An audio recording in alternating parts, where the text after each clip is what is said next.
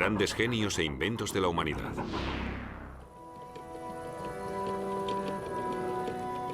Durante siglos, la difusión del conocimiento en forma de libros fue un privilegio elitista reservado, sobre todo, a monjes y sacerdotes. Los libros eran objetos únicos de un valor incalculable. Pero en la Edad Media, para el pueblo llano, no tenían prácticamente ningún significado, pues no sabían ni leer ni escribir.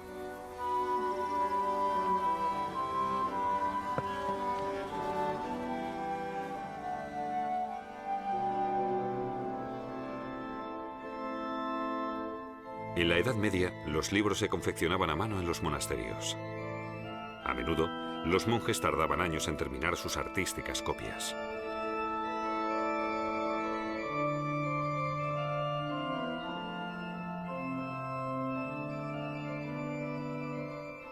Pero en 1450, un invento cambió el mundo. El método de impresión del alemán Johannes Gutenberg posibilitó que los libros se fabricaran en un número muy elevado y a un precio relativamente asequible. Sentó así las bases técnicas para los cambios intelectuales, políticos y religiosos de los siglos posteriores. Johannes Gutenberg y la imprenta.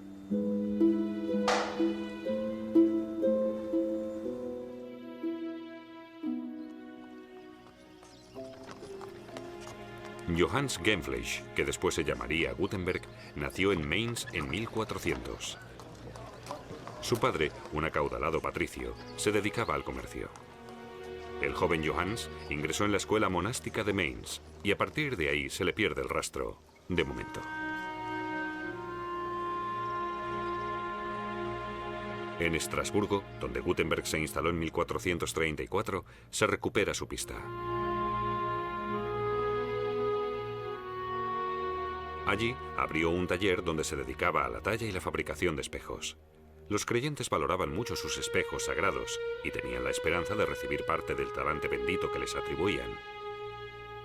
Y para Gutenberg, eran un lucrativo negocio. El comercio de objetos religiosos estaba en auge. Especialmente gustaban los grabados de imágenes sagradas. La técnica del grabado es uno de los métodos de impresión más antiguos. A principios de la Edad Media llegó a Europa. Aquí sirvió sobre todo para la divulgación de imágenes y textos.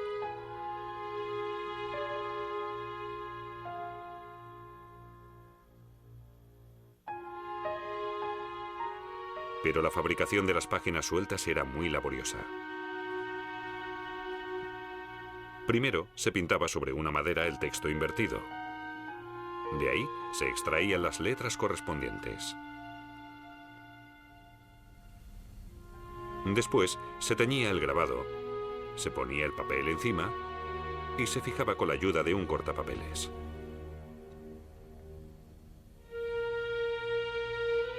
A principios del siglo XV aumentó el número de las páginas sueltas elaborados de esta forma en el mercado.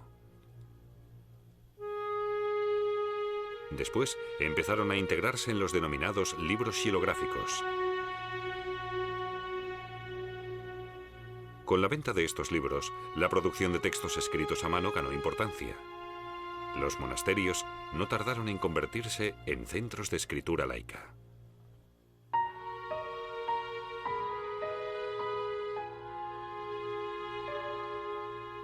Con la fundación de las primeras universidades surgió una gran demanda de libros. Junto a ellas las bibliotecas, en las que el saber de la humanidad se hacía accesible en forma de libro.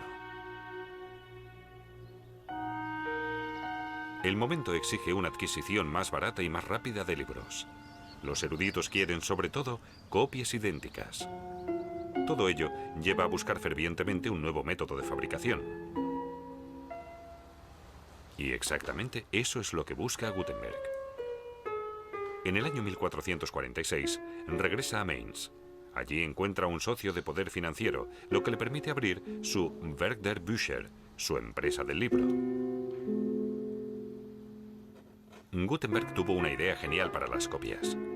Descompuso un texto en todos sus componentes: las letras, los signos de puntuación y las combinaciones de letras existentes, las denominadas letras ligadas. Todos ellos se usarían como tipos independientes para la impresión de palabras, líneas y páginas. Los tipos serían caracteres reutilizables.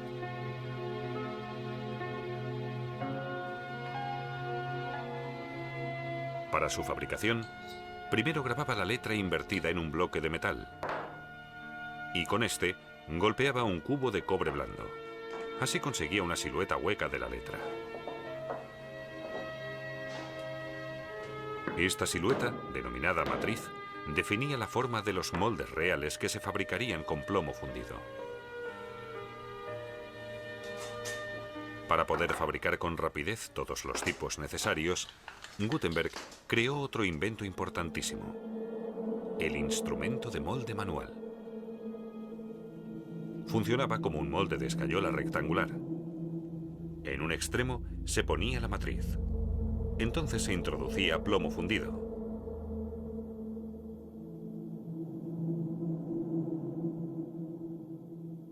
Cuando se abría el instrumento, el tipo de plomo fundido ya estaba listo.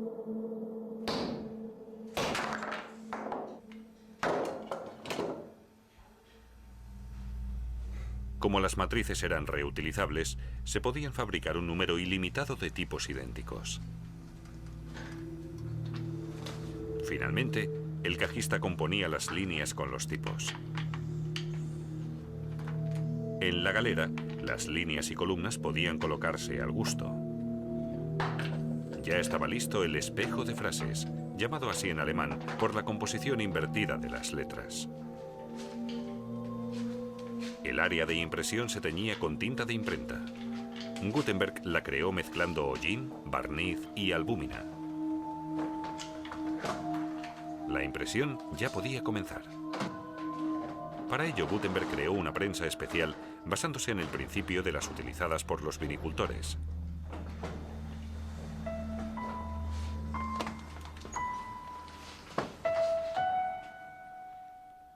Las primeras impresiones de Gutenberg fueron documentos, órdenes papales y gramáticas.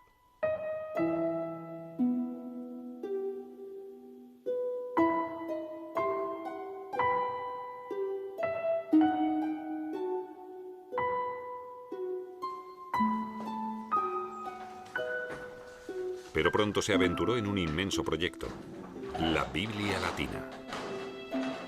Para la fabricación de su Biblia, tuvo que moldear más de 100.000 tipos. El cajista y el impresor de Gutenberg trabajaron más de 2 años en la primera tirada de 180 ejemplares.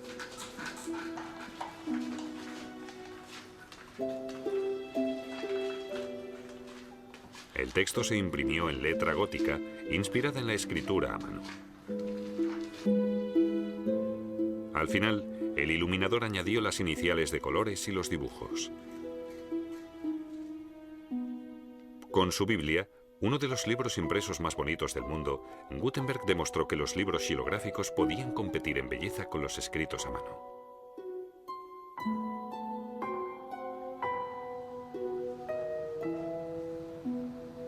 La tirada se agotó enseguida, y los contemporáneos de Gutenberg quedaron impresionados.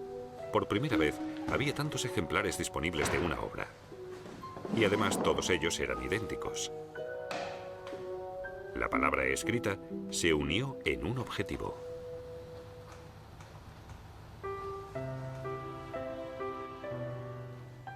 La existencia de la revolucionaria técnica se difundió enseguida.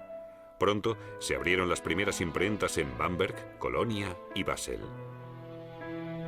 En Venecia, el habilidoso editor Aldo Mannuccio empezó a imprimir los grandes clásicos. Sus clientes eran todos los humanistas de la élite de Europa. Mannuccio contrató a los mejores impresores de su época. Inventaron la letra romana, antigua, que no tardó en extenderse por Europa. 20 años después del invento de Gutenberg, la nueva técnica de impresión se había impuesto rotundamente. Miles de títulos salían al mercado en tiradas de hasta 1000 ejemplares.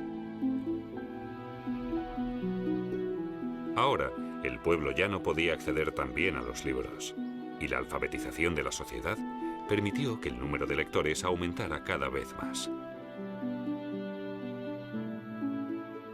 Uno de los mayores admiradores de Gutenberg fue el reformador Martín Lutero. La existencia de la imprenta le sugirió a Lutero una osada idea. Ahora también el mundo laico podría leer la Biblia y distinguir entre la verdad manifiesta y la práctica adúltera de la Iglesia. Así que Lutero ordenó la impresión de 500.000 de ejemplares de su traducción al alemán de la Biblia, una tirada gigantesca para la época. Y para difundir sus enseñanzas evangélicas, ordenó que se repartieran 100.000 panfletos.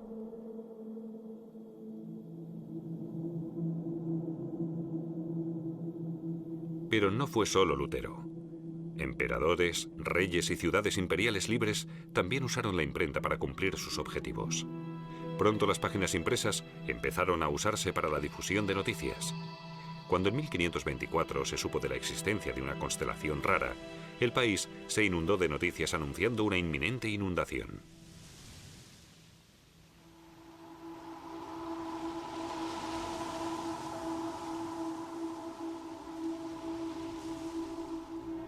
El primer diario nació en Leipzig en 1650. El Einkommenden Zeitungen se publicaba 6 días a la semana. Con la invención de la prensa accionada por vapor y la prensa de cilindro en el siglo XIX, comenzó la revolución de los periódicos. Con el procedimiento offset se cambió definitivamente la técnica de impresión de Gutenberg. Ahora se ponen en un plano el área de impresión y la de no impresión.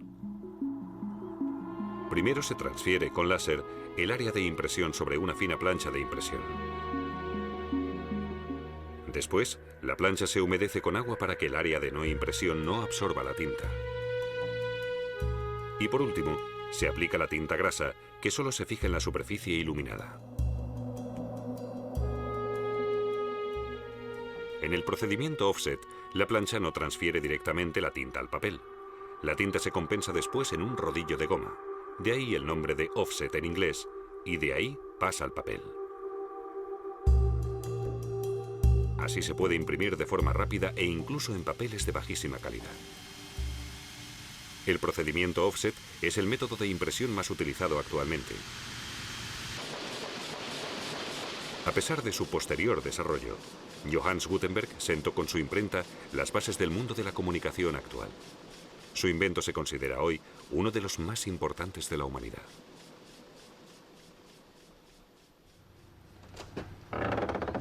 Pero Gutenberg no disfrutó tanto de él. Durante la impresión de la tirada de su Biblia, su prestamista le exigió el pago de su crédito. Tras un litigio, Gutenberg perdió su imprenta y con ella todos los ejemplares terminados de su Biblia. Al poco tiempo, las tropas enemigas tomaron Mainz. Gutenberg tuvo que exiliarse. 3 años después, volvió a su ciudad natal como empleado del nuevo arzobispo. El 3 de febrero de 1468, el inventor murió. Fue enterrado en la iglesia franciscana de Mainz.